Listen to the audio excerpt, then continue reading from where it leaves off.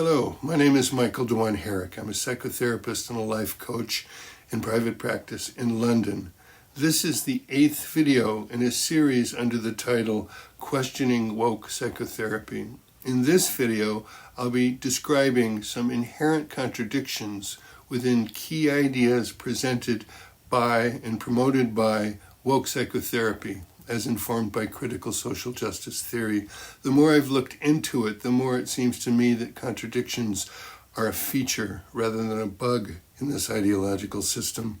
There are many of them. For the purpose of this video, I've narrowed it down to 7 key contradictions.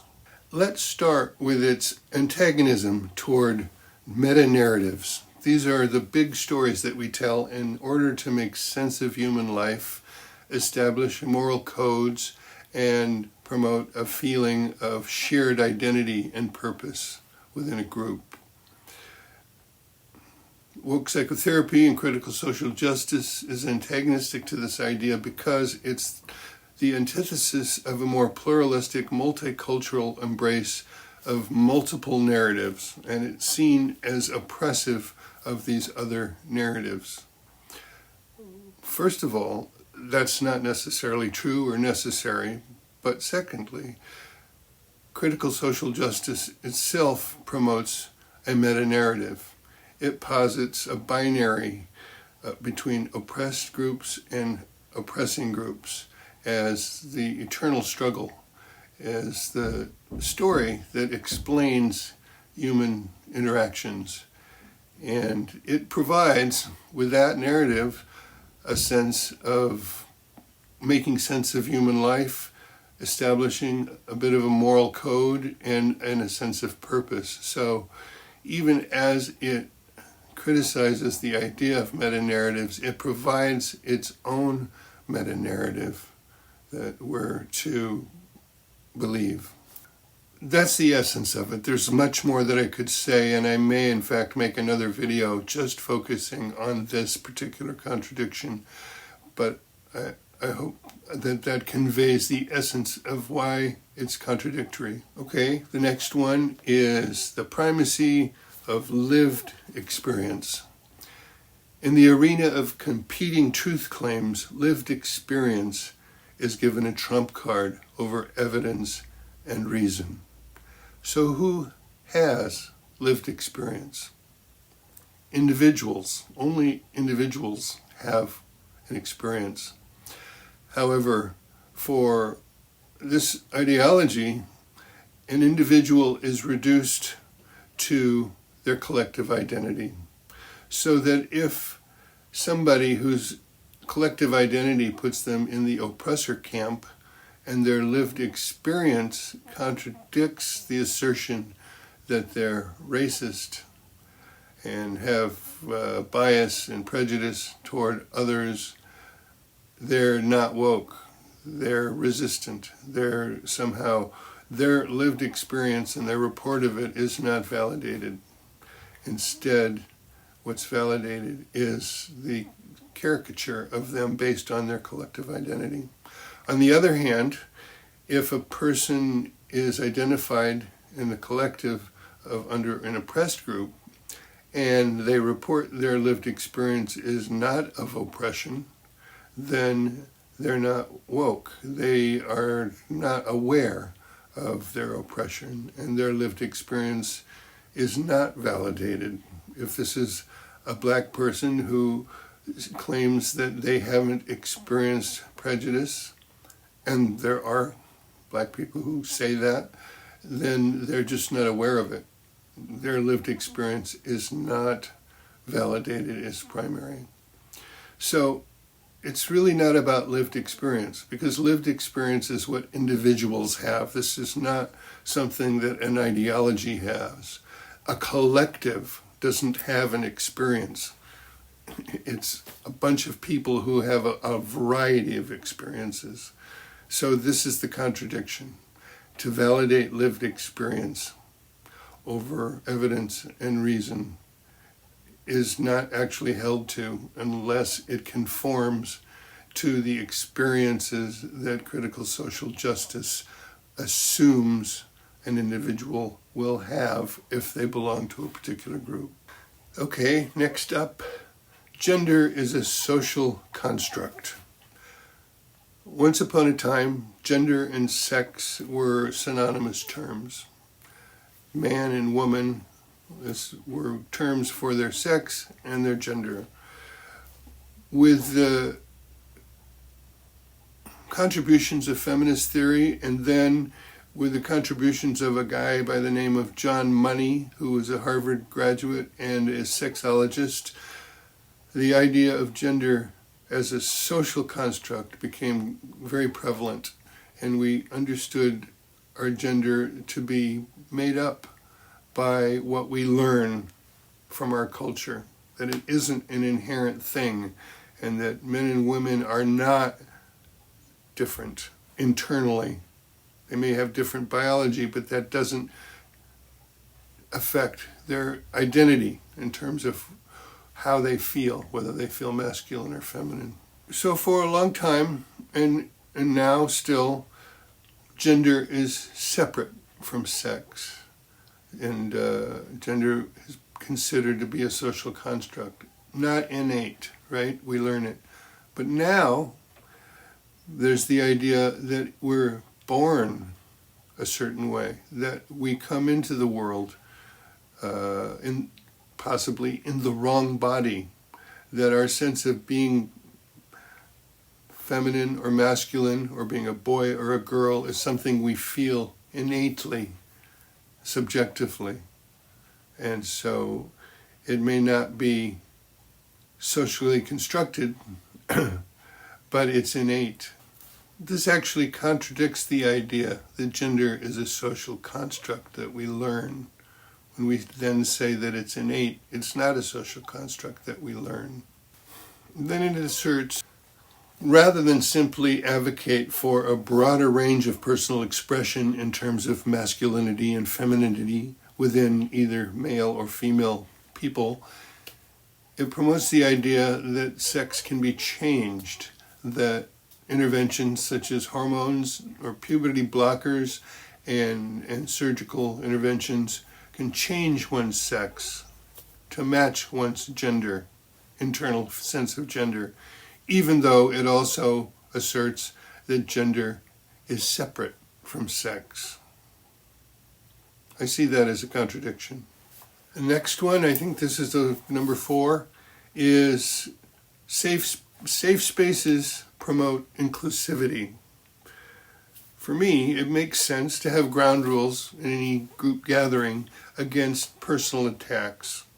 However, for critical social justice, merely presenting a contrary opinion or point of view can be something that makes other people feel unsafe and be a cause of being excluded from the group. If a contrary opinion does get expressed, a person can be called a racist, a sexist, a homophobe, can be called some kind of name like that, and publicly humiliated, if not further losing their job or having their reputation damaged. How safe is that space? That space is safe for anybody who agrees with everything that's being said, but for anybody who even merely questions it, it's not safe at all, and therefore it's not inclusive. That's the contradiction. It's not safe, and it's not inclusive, even though that's what it says it's trying to do. Our next contradiction is, it's important to have uncomfortable conversations. So who is expected to be uncomfortable in these conversations?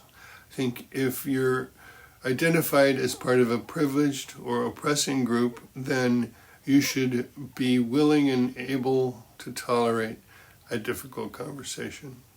Fair enough. That's fair. However, is anybody else expected to tolerate discomfort? Is anybody in a so-called marginalized or oppressed group expected to experience any discomfort whatsoever or not?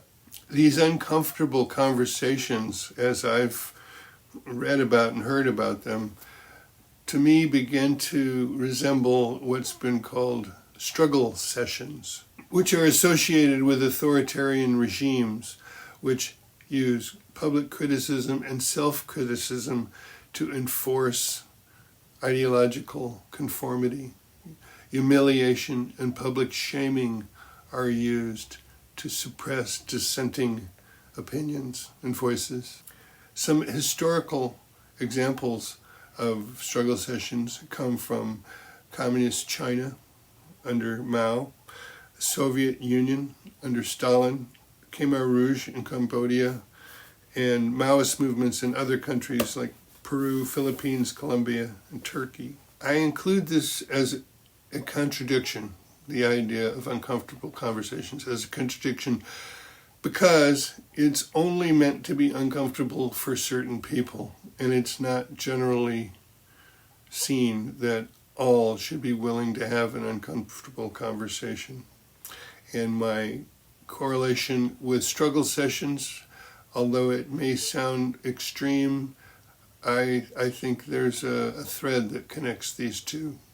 The next contradiction is the idea that within a multicultural society, all cultures should be respected and be given dignity and seen as having value and have the right to self-preservation. All cultures. Except, here's a contradiction, white Western cultures. Except the dominant culture, which is seen as the villain. White Western culture, dominant culture, is relentlessly criticized for its history of colonialism and slavery, but also now for any artifacts that remain that suggest it's oppressive. Endlessly scrutinized for any sign that what it's doing or what it values is oppressive, from swimming pools to national parks to film, art, cultural heroes, monuments, its family structure. It's all endlessly scrutinized for what's wrong with it and how it's oppressive. And anything good about it, anything of value in it, is dismissed. There's no message of respect or dignity or value or right to self-preservation. More or less, the whole thing needs to be brought down. It all represents white supremacy, and it needs to be dismantled, and it needs to go away.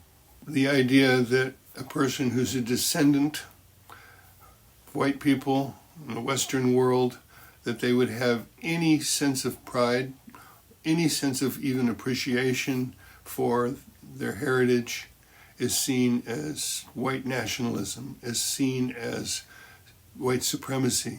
It's an evil, and it's not allowed. The only acceptable feeling that one can have is of shame and contrition if one is a white person descended from white Western people. Meanwhile, the practice of colonialism and of slavery and of the persecution, marginalization of others, of the outgroup, has been widespread across the globe.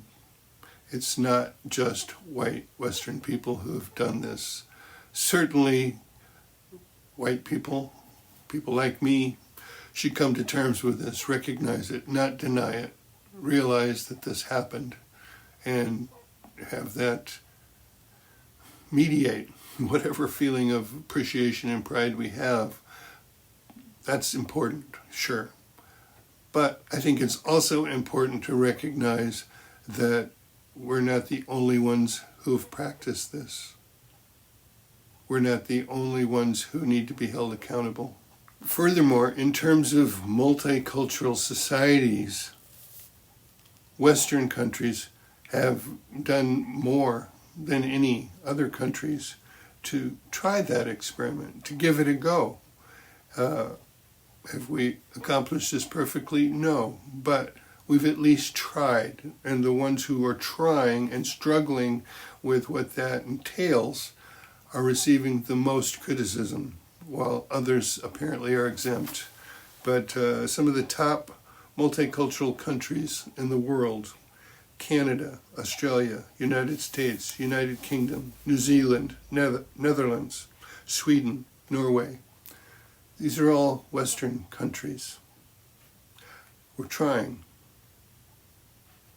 Maybe there could be some appreciation for that effort and a recognition of how difficult it is.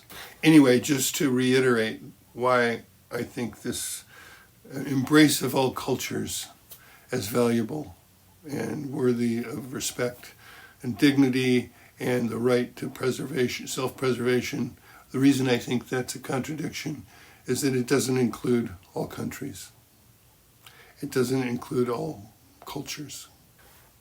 The last contradiction that I'll talk about is the idea that systemic oppression is bad. Critical social justice theory asserts that inequities or disparate outcomes for different groups can be attributed to some form of systemic oppression, depending on which aspect of intersectionality they're considering. I think this is a valid point to a point, and it's worth exploration. I do think that it's simplistic and wrong to attribute all disparate outcomes to some form of oppression. But it goes further than that in terms of why I think this is a contradiction. Critical social justice in the form of diversity, equity, and inclusion training programs has found its way into many institutions, K through 12 and higher education, nonprofit and corporate businesses, through HR departments, community centers, government and public services, healthcare and social services, professional associations, media, and entertainment. It's gained tremendous power and become a very profitable industry. Through various means, it promotes its ideology. It succeeds in getting institutions to change and institute and promote its beliefs and policies and forces compliance. It has sought and to a certain degree has gained control, systemic control of institutions. I want to be very clear. I do think that it's a worthy cause to identify and address any systemic causes of inequities that we can. So, yes, it's a good thing to do that. However, for me, the question is, how do we do that? Critical social justice theory brings an ideology and a narrative to its approach to doing this. And I believe that it has some blind spots and some distortions that need to be addressed and confronted. I don't think it's necessarily a problem that it has blind spots and distortions. Any set of ideas is going to have blind spot. It's going to get some things wrong. That's not a problem. The problem comes when it can't be talked about, when it can't be questioned, when there's no dialogue to be had. Then that becomes a problem. When the approach is dogmatic and it cannot tolerate being questioned or criticized by people who see things a little differently. As I've said in a variety of ways throughout these videos, critical social justice tends to be hostile toward anybody who would disagree with it or challenge it, and identify that person as part of the oppressive system that it's trying to tear down and dismantle, and therefore that person needs to be dismissed. As a system of ideas, it has gained great power. It has insinuated itself into institutions and silenced dissenting voices.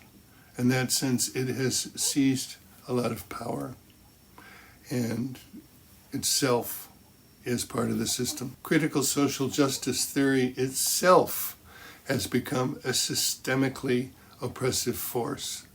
That's the contradiction.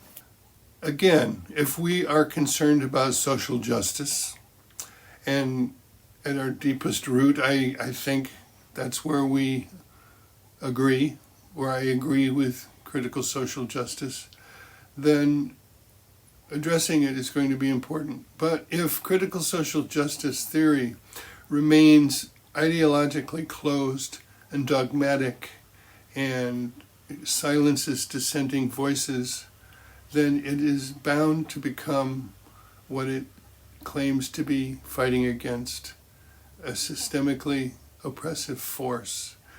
And when the meta-narrative is that there are only two groups, one's the oppressed and one's the oppressor, that as critical social justice fights against the oppressor, tries to tear down the oppressor and liberate the oppressed, into what? What do the oppressed then become? They've got one choice left. It's become the oppressor. This is part of the DNA of this model.